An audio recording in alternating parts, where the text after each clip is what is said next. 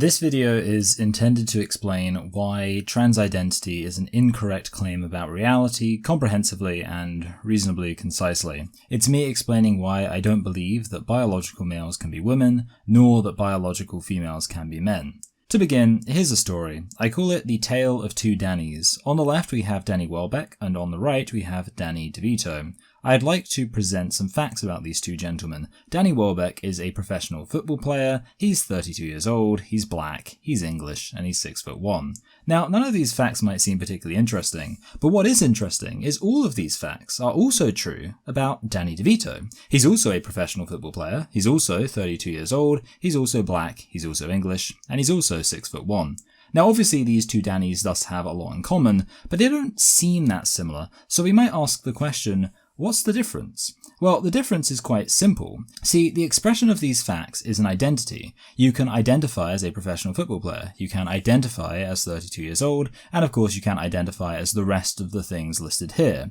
But obviously when somebody identifies as anything, they are making a claim about reality. So the question is, on what basis are they making that claim? This is the difference. See, Danny Welbeck is making these claims based on a material referent. He's claiming to be a professional football player because he's made a living from playing football. He's claiming to be 32 years old because the earth has gone around the sun 32 times since he was born. He's claiming to be black because of his ancestry being quite immediately from sub-Saharan Africa and certain physical features consistent with that. He's claiming to be English because he was born, raised, and has lived his life in England. And he's claiming to be 6'1" because that describes the distance between the top of his head and the bottom of his feet when he is stood upright. These are the material references for these claims. By contrast, the reason all these facts are true for Danny DeVito is because of a different referent, self-identity. Self-identity meaning an arbitrarily made assertion about reality. Why is he black? Because he says he is. Why is he 6'1"? Because he says he is. Why is he a professional football player?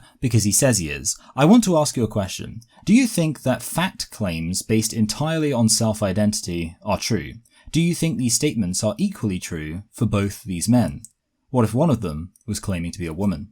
Some people might ask whether it's even possible to debunk an identity. To this I would say, yes, of course it is. Identities are claims about reality, and just like any claim about reality, they can be debunked. To clarify, the fact that we can assess the accuracy of an identity is not to say that such assessments are entirely free from obscurity, ambiguity, relativity, or subjectivity. We may not have enough information to assess the validity of an identity. The precise meaning of an identity might be complex and hard to pin down. The identity might be contingent on criteria that varies with context, or the identity might be based on an assessment that's more a matter of opinion than anything else. While these caveats are worth bearing in mind, they're present for any claim about reality, so the overall point that trans identity should be viewed basically the way we view claims about reality in general still stands. To me, it's obvious that words mean things, and we can talk about words having correct definitions. This doesn't mean that there isn't ambiguity at all. We can talk about whether a hot dog is a sandwich, maybe a calzone is a sandwich, but a pencil isn't a sandwich. If I ask for a sandwich, and you give me a hot dog, I'm not going to say you're wrong. If you hand me a pencil, then yeah, you're wrong. You're incorrect. Whenever I say that we can talk about people being wrong about what words mean, I'll often have people simply accuse me of being a prescriptivist as if this is a rebuttal in itself. I'd like to clear up an evident confusion on that point. When we talk about linguistic prescriptivism versus descriptivism, that's about linguistics as an academic discipline. The purpose of linguistics is to describe and explain the nature of language, rather than make pronouncements about how language should be. This doesn't mean that linguists are forbidden from having opinions about language. You can ask for a linguist's opinion on whether a hot dog is a sandwich, and a linguist can give an opinion without the academia police showing up calling them a heretic. I have opinions on language, but insofar as I'm interested in linguistics, I'm a descriptivist. My formal education is actually not in linguistics, but rather in international relations. In international relations, there is definitely an expectation of descriptivism. International relations is the study of why international actors behave the way they do, and in none of my academic work did I ever moralize the issue and talk about how international actors should behave, because I was a descriptivist like most people in most academic disciplines. However, I hope you're not surprised to hear that I still have opinions on what international actors should do. I'm not an opinionless robot. Ditto for something like history. Historians study how and why events happened. In no real sense is the core conceit of history to make prescriptions about how people in the past should have behaved, but that doesn't preclude historians from having such opinions. You can't hand an academic linguist a sandwich when they ask for a pencil and expect that they'll be paralysed from objecting by an academic commitment to descriptivism. So, given that everybody can have opinions about how we should understand certain words, what does it mean for a definition to be correct? The purpose of language is to communicate, and thus a use of a language that fails in that capacity is clearly an incorrect usage. When people in the past have suggested that it's ridiculous for me to talk about words being correct, my temptation has been to respond with a random sequence of words constituting complete gibberish to show that words having meanings matters. But maybe even while we might all agree that a guitar isn't a motorbike, some might point out that words have changed in the past, so we can't just shut down novel definitions by declaring them incorrect. One example I've seen given before is the reclassification of Pluto to no longer being considered a planet. Admittedly, I find it weird when people bring this up as analogous to changing language to affirm trans identity, because such people argue that they don't need to justify this redefinition of the terms man and woman with arguments, and think it's immoral to debate such things. But the changes in language to which they appealed actually were accompanied by arguments for why we changed the usage of these terms. Pluto is a useful example to discuss arguments for why definitions are correct and why we might change definitions to be even more correct. In other words, why correctness is a standard we can impose when discussing definitions. See, Pluto used to be considered a planet, but planets have certain features that Pluto just didn't really share. Therefore, if astronomers wanted to talk about planets, they would have had to keep making exceptions for Pluto, and consistently regarding Pluto as an exceptional planet only makes sense if there is a good reason to regard it as a planet at all. So Pluto was reclassified to basically being part of an asteroid belt. Technically not asteroids, but similar enough. The point is that Pluto is a lot more like these other astronomical objects than it is like any of the planets. So again, to keep calling Pluto a planet, we'd be having to make exceptions for Pluto in both directions. Scientists realized that it would be more coherent and concise to talk about the solar system and the objects within it if we no longer regarded Pluto as a planet. At this point, if you say that Pluto is a planet, you're wrong. Of course, outside of astronomy, we could look to biology, where the classification of different organisms is this incredibly complex process where we basically have to make the same considerations that we made regarding Pluto's planet status. What matters is analytic utility. You're probably familiar with the non-avian dinosaurs that went extinct some 65 million years ago, and you're probably aware that we also have avian dinosaurs, also known as birds. Why did scientists do this? Because non-avian dinosaurs and birds are similar, such that it wouldn't make sense to pretend that they're different. Likewise, birds are now considered reptiles because, again, there isn't a good argument for drawing a distinction between birds and other reptiles. This might often seem kind of arbitrary and confusing, as David Mitchell put it. Even though a chimp is totally in every meaningful way, obviously it's a monkey, it's not a monkey. You know, it's a special place that's been made by biologists for pedants to reside,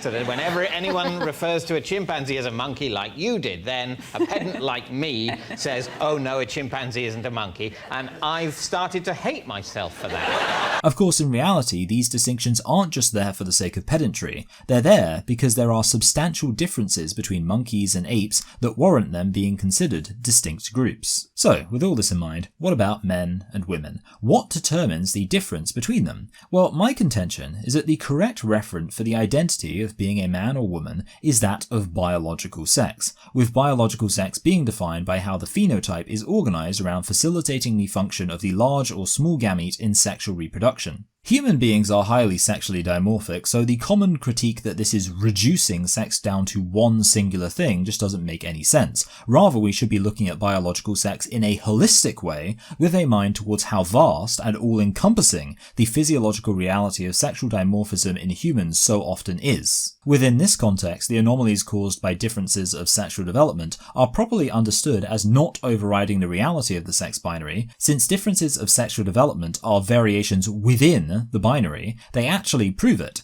Conditions that cause differences of sexual development actually affect males and females differently, so the sex binary is the best way to understand even these conditions. Some people try to force the variation of human sexual development onto a spectrum. They have to arbitrarily and clumsily shove all of these different conditions onto a continuum as if they are separated by something quantifiable rather than being qualitatively different. It's unsurprising, therefore, that no believer in the sex spectrum has the strength of conviction to actually elucidate what exactly the x-axis is. They don't actually believe that maleness and femaleness are on a spectrum and that these differences of sexual development determine how male or female you are. Try to get them to substantiate what they mean by that, and you will see they don't believe it. The big issue for proponents of the sex spectrum is that they don't seem to realize what spectra even are. Their biggest mistake seems to be thinking that to show that biological sex is complicated is as good as showing it is spectral. In reality, complex does not mean spectrum, and binary does not mean simple. In a binary, you can have limitless anatomical diversity while still having all bodies organized around facilitating the function of one out of two gametes, and there's no difficulty there. Conversely, in a spectrum, you now have to take all of that limitless anatomical diversity and reduce it down to being described by a singular x-axis. So that's the biological sex referent, but you might be wondering why actually define man and woman by biological sex. Well, firstly, I want to point out that we need to define men and women by something. When we look at society, it is clear that these two distinct groups exist. To deny that men and women exist would be to deny reality, and it would just as much be denying reality to anchor our understandings of these terms in something illusory or superficial. Throughout history, we see that men and women have existed as two distinct groups, and moreover, we often see that the biggest distinction to be found between men and women has been in economic roles extending from biology. One of the earliest books exploring the origins of patriarchy by Engels pointed to patriarchy as an initially economic oppression rooted in women being biologically female. If this oppression is a substantial part of why we today understand men and women as distinct groups, would it not be denying reality to detach that distinction from biological sex? But of course, women's liberation is at least as important as women's oppression in terms of understanding the reality of women's existence. But again, when we consider women's liberation, we see that women are biological females. When the suffragettes campaigned for votes for women, for whom were they fighting? Did women gain the right to vote in the early 1900s, or was it just biological females who happened to identify as women? In the present day, consider the fact that the United States has never had a woman president. Now, this speaks to a lack of representation, and more than that, it speaks to the structural inequalities and systemic oppressions that have led to a situation where it is so rare for world leaders to be women. With this in mind, would it have been an achievement for women if Biden had just decided to identify as a woman? Looking at the reality of women's existence as a social group, would a biological male president simply identifying as a woman meaningfully speak to a representation or advancement for women? I've mentioned the idea of analytic utility, and I think in the case of most social groups, this can be encapsulated with one word: significance. What correctly defining certain groups allows us to do is recognize the significance of what it means for somebody to be a member of that group. A 2-year-old solving quadratic equations is significant, but not if that 2-year-old is actually just an adult identifying as a 2-year-old. Gay relationships being celebrated is significant, but not if in fact what's being celebrated is heterosexual relationships being mistaken for gay ones. And of course, a woman becoming president or in some other way breaking down barriers is significant,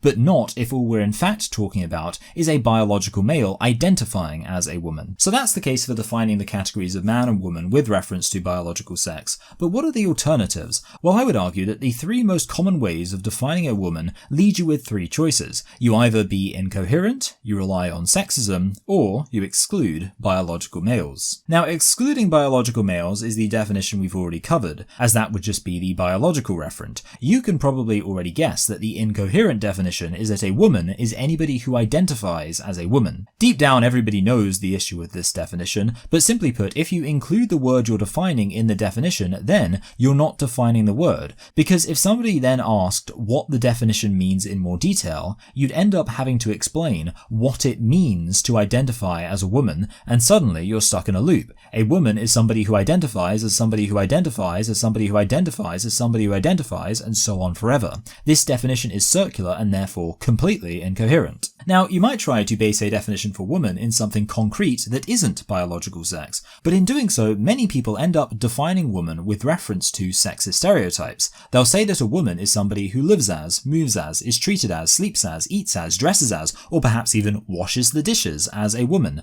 Defining a woman in this way is incredibly regressive and offensive. Now, some people will try to claim it's not sexist by arguing that this is about more than just traditional conceptions notions of femininity. However, the double bind here is that the less they try to make it about a clearly defined womanly way of existing, the more incoherent it becomes. They might say, for example, that living as a woman doesn't mean living in a traditional sexist way, it just means living any way that a woman might live. But at that point, you're returning back to the circularity of the previous understanding. How do we know who's a woman to say how a woman might live? Now, there is an alternative definition that maybe escapes this double bind. Trans identity could be an attitude towards one's biological sex. This understanding is better simply because it utilizes the referent of biological sex, which is a coherent definition, but then simply adds an additional consideration of how one feels about it. What is less coherent is the idea that somebody is a woman if they feel like a woman. This makes no sense because it assumes that men and women have a particular feeling in terms of how they exist, which would be an impossible thing to claim to know.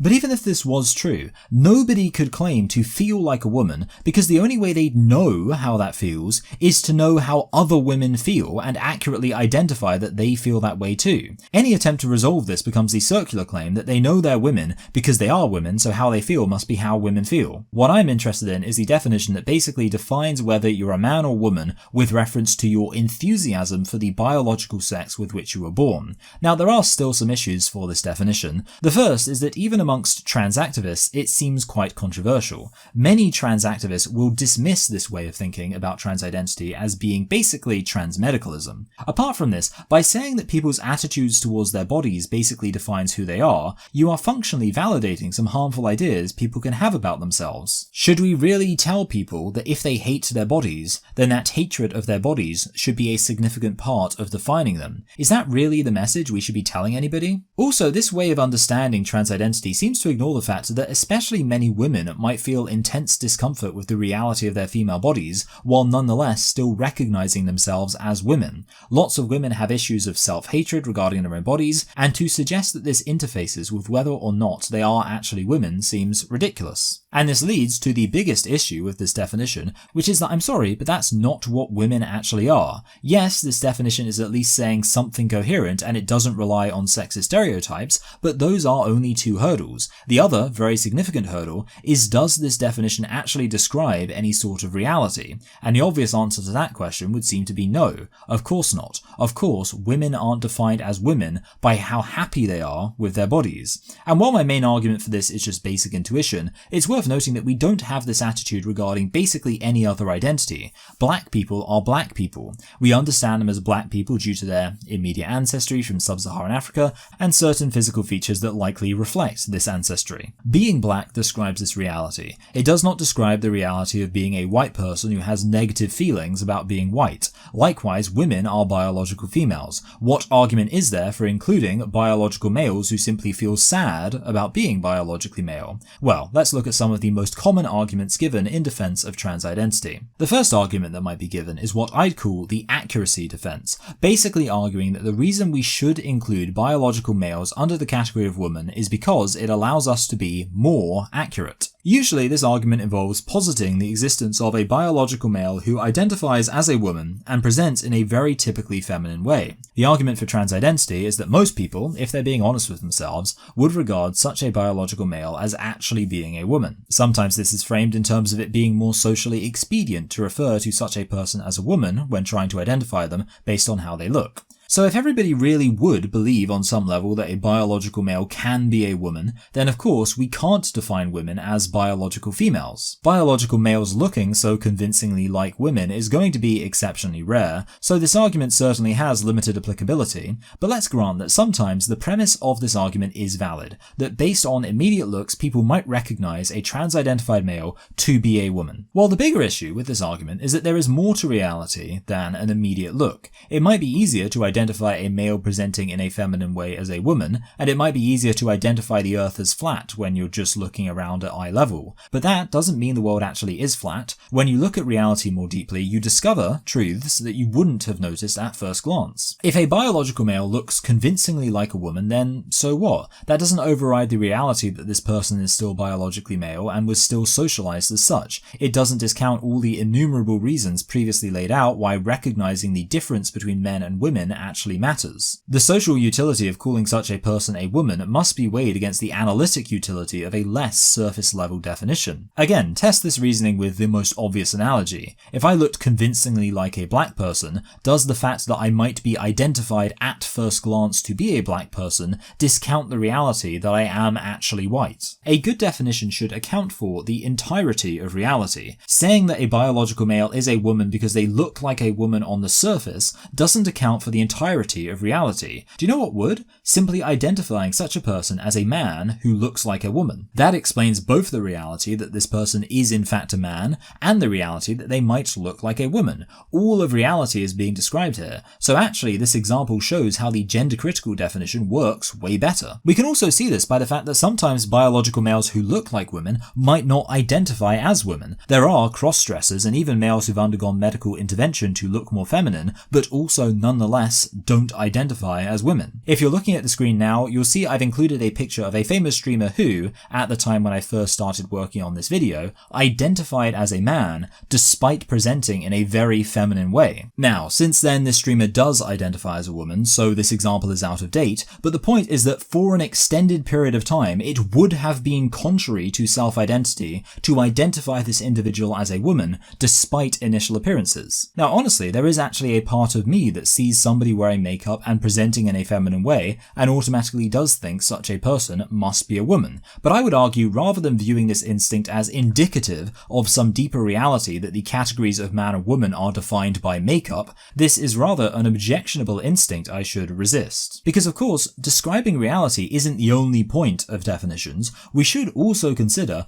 are certain definitions morally offensive? In my view, saying that somebody is a woman just because they trigger a regressive part of my brain that associates women with stereotypes of femininity would be highly offensive. However, trans activists would argue that actually, if morality should be a consideration in definitions at all, then this works in their favour. The basic argument goes something like this. Language is a social construct. Social constructs exist to maximize human happiness. Affirming trans identity does maximize human happiness, so therefore we should affirm trans identity. This argument seems to rely on the assumption that the only point of language is to make people happy, which I'm not convinced of at all. Advocates for this argument will often try to argue that there is no truth to language, and therefore the only purpose of language is just to make people happy. But of course, I've already shown that language has the purpose of describing reality, and this means we can make truth claims about the usage of language. Remember, if you say that a pencil is a sandwich, then that is untrue.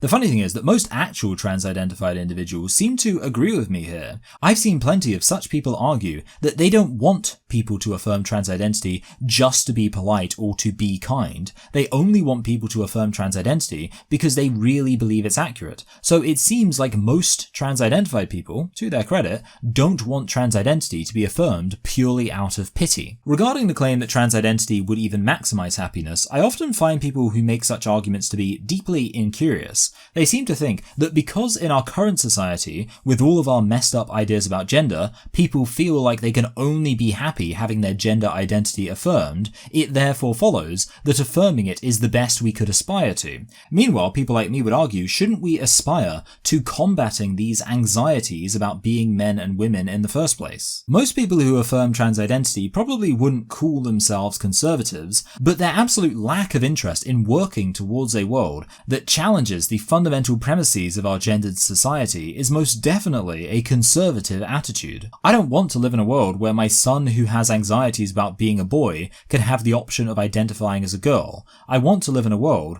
where we don't encourage kids to think about the categories of boy and girl in such a way that they could develop anxieties. And of course this means challenging the imposition of sexist expectations placed upon boys and girls and later men and women. Entertaining this idea that we should affirm trans identity for moral reasons is counterproductive because it's validating the attaching of moral value to the designation of people as men and women. If you are saying that I have some kind of moral obligation to call someone a man or woman, you are arguing that there is some moral significance to being a man as opposed to a woman or vice versa, and that is sexist. Now, some people might say that actually this is just talking about psychological discomfort with biological sex. They're not basing their view on some kind of social roles or anything so explicitly sexist. But even still, why are you attaching a moral value to these categories such that you're going to tell me I have some kind of moral obligation to affirm trans identity? Such a notion is utterly contrary to the principles of feminism. How can we have feminism when we have people saying that being called a woman is morally offensive to them? How can we have feminism when there are biological males claiming that there is some unique moral significance to being regarded as a woman rather than a man? To help demonstrate this point, I'd like to make a brief analogy. We relatively recently, in the Western world, have been redefining a marriage to include same-sex relationships. Some people might say that since this fight for marriage equality was largely framed in moralistic terms, this means that if we condemn framing trans identity in moralistic terms, we must also do the same for same-sex marriage. However, marriage is a fundamentally different thing from the categorization of people as men and women. For one thing, the fight for affirming same-sex relationships as marriages really didn't have major issues in terms of its accuracy. Yes, the argument was framed in moralistic terms, but there is a pretty strong argument that it objectively makes sense to call committed monogamous gay relationships marriages. I personally believe that the most important thing about marriage is it being a committed monogamous relationship between two people who love each other, and there isn't really a good argument for why the sex of the two people involved matters that much. But let's assume that the argument for marriage equality had to be made exclusively in moral terms. Well, this really wouldn't be such an issue because marriage does have moral value. For better or worse, it's considered a sacrament and basically a way of conferring some amount of moral legitimacy on a relationship. Certain terms do have moral values attached to them, and this is perfectly fine. I've also had a similar argument made about citizenship and redefining that to include certain groups. But yeah, there is a moral dimension to being considered a citizen. However, what if the campaign to fight for gay marriage didn't just want gay marriage? They wanted their marriages to be considered straight heterosexual marriages. Well, now there is a strong argument that it's simply wrong to redefine straight in that way, but I think worse than this is that if they said that gay relationships should be considered straight because this would be some kind of moral affirmation of gay relationships, what are they implying there? That the designation of straight has moral value. They're arguing that straight relationships are morally superior to gay ones. That is the only foundation from which they could argue that there is some moral case to be made for redefining gay marriages to be straight marriages. And of course, it's the same for people who want to redefine woman. The only premise by which that makes sense is assuming that the designation of woman has a moral value attached to it,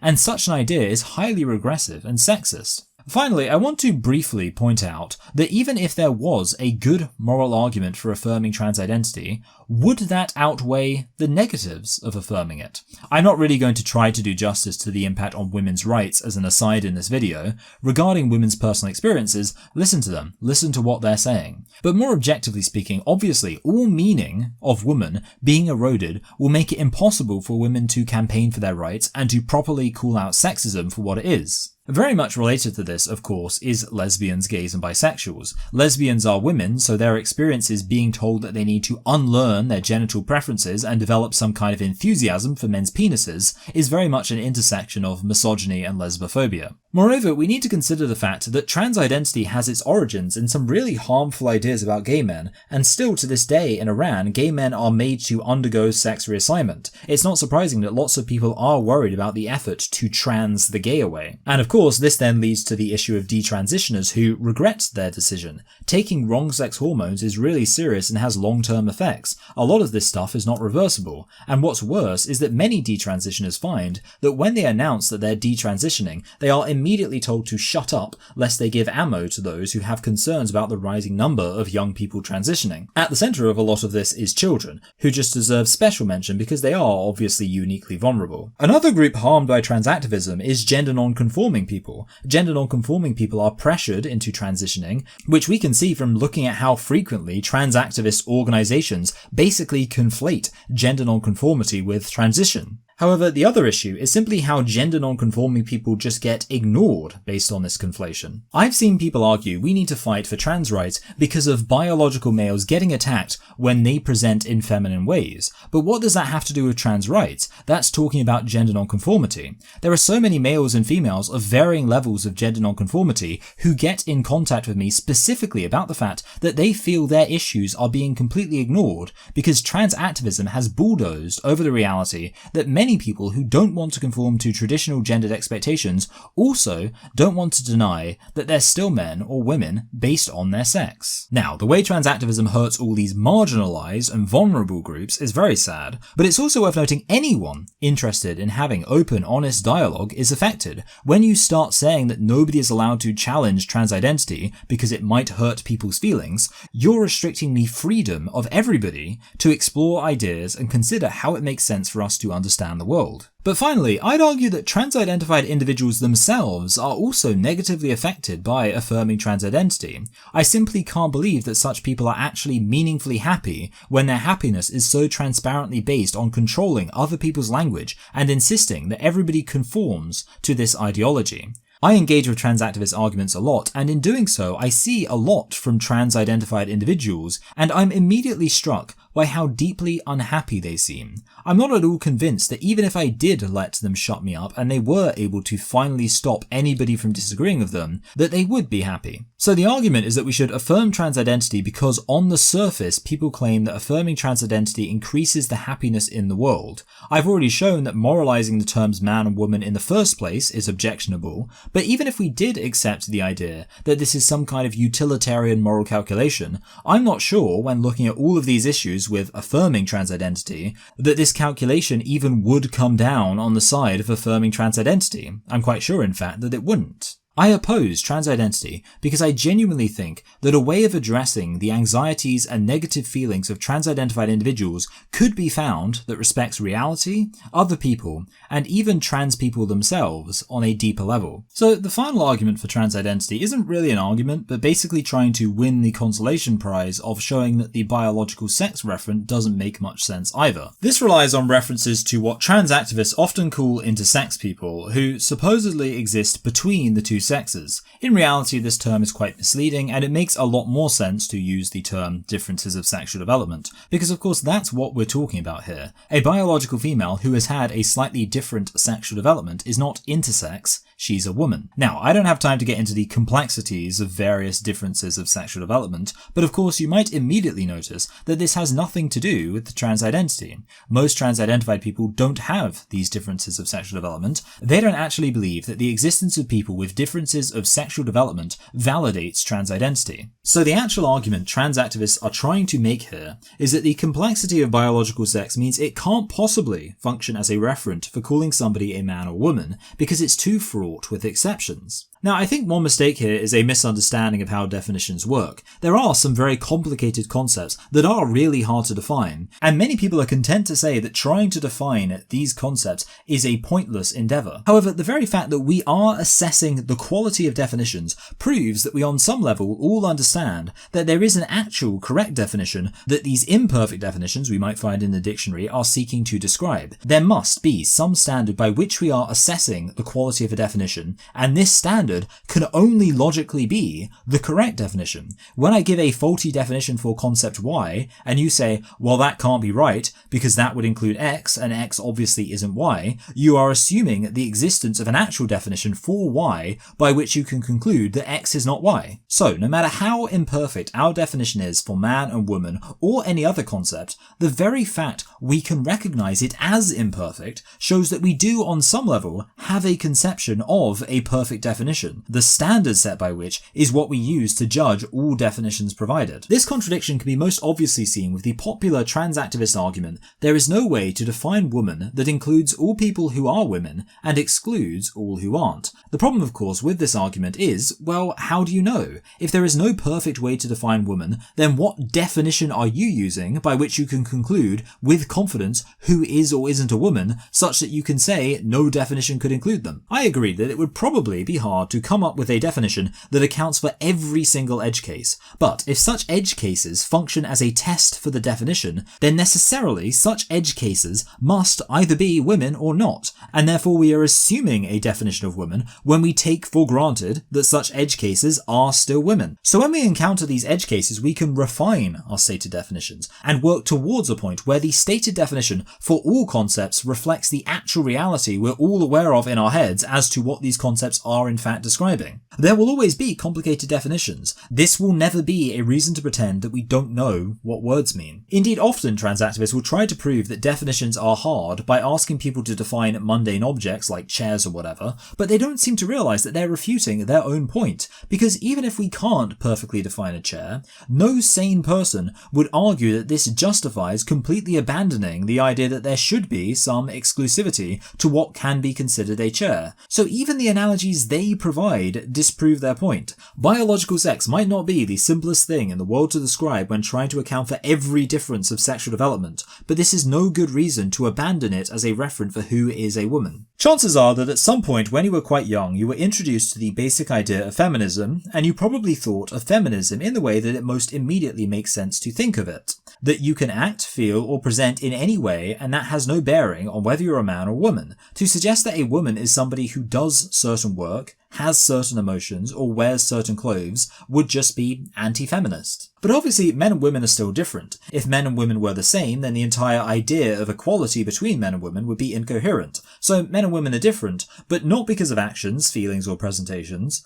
What's left? Well, biology. And that's why I think a lot of people actually do recognise on some basic level that the belief that a woman is an adult human female functions perfectly as a foundation for all other feminist beliefs. If I say that a woman is biologically female, then am I setting myself up to undermine feminism at all? Well, certainly who is a woman is quite easy to understand in the overwhelming majority of cases, so we don't have an issue where positive affirmations about women become meaningless. Obviously women can definitely be anything, since biological sex isn't changed by a decision a woman might make, so no matter what a woman chooses to do, she will still be a woman. Butch women are women, lesbian women are women, single women are women, childless women are women. Some might claim that the biological definition brings with it the suggestion that women should feel some obligation to have children, but of course this isn't true at all. There's a basic idea in philosophy called the is-ought distinction. There's a difference between saying something is the case and saying that something ought to be the case. Sexual reproduction was always going to be relevant in defining biological females, but that doesn't mean any woman should feel an obligation to have children. I like the idea that women don't need to feel restricted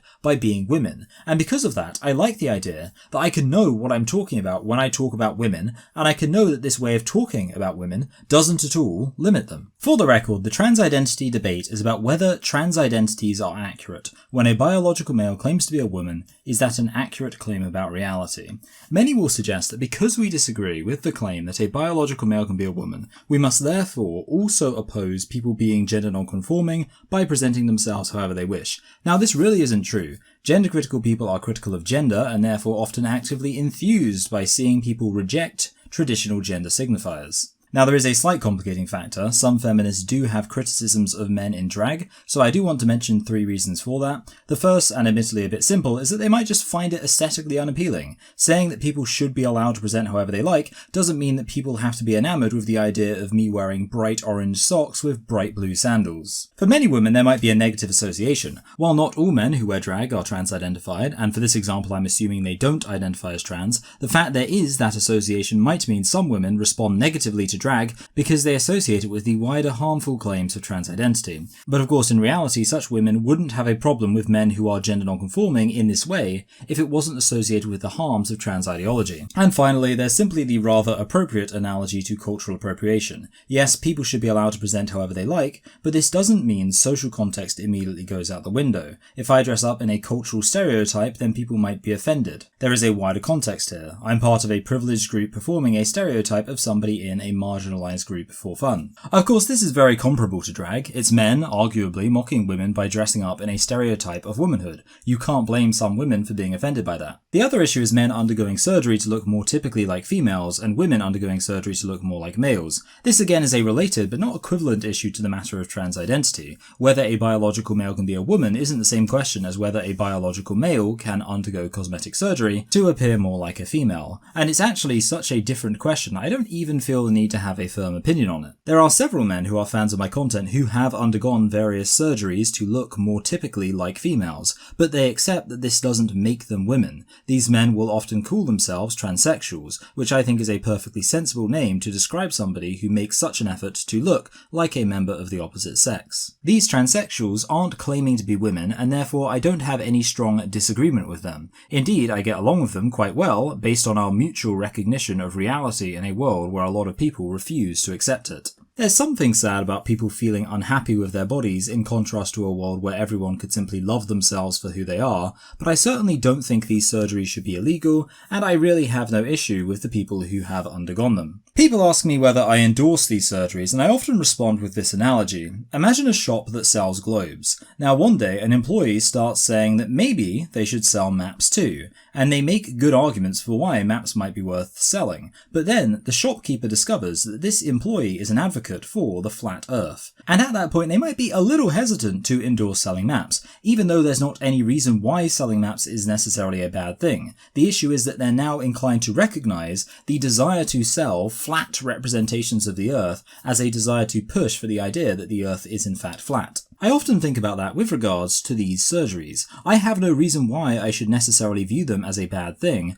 but within the current context of people claiming that biological males can be women, it seems like people pushing these surgeries are comparable to the person who wants to start selling maps as part of advocating for the idea the earth is flat. People can have surgery that might make a male look like a female, just as people can sell maps that make the earth look flat. But the earth is not flat and a male is not a female. Anyway everyone, I hope you enjoyed this slight departure from my usual format. I figured it was good for a comprehensive debunking like this to be me reading a script verbatim so that I could plan out my wording in advance much more so. For those who don't know, I usually write a full script out in advance, but then when I actually deliver the lines, I go with whatever delivery feels natural for me to say. Because honestly, I feel like I sound a little robotic as I'm reading a script, so hopefully this wasn't too dry. Since this was a departure from my typical format, I didn't thank my Patreon, so I will do that now and say you're all very appreciated. And also, unless I'm very much mistaken, I believe that the week this is coming out, I won't have done my Patreon bonus video because I was away when I would ordinarily record it, so no clip from that this time.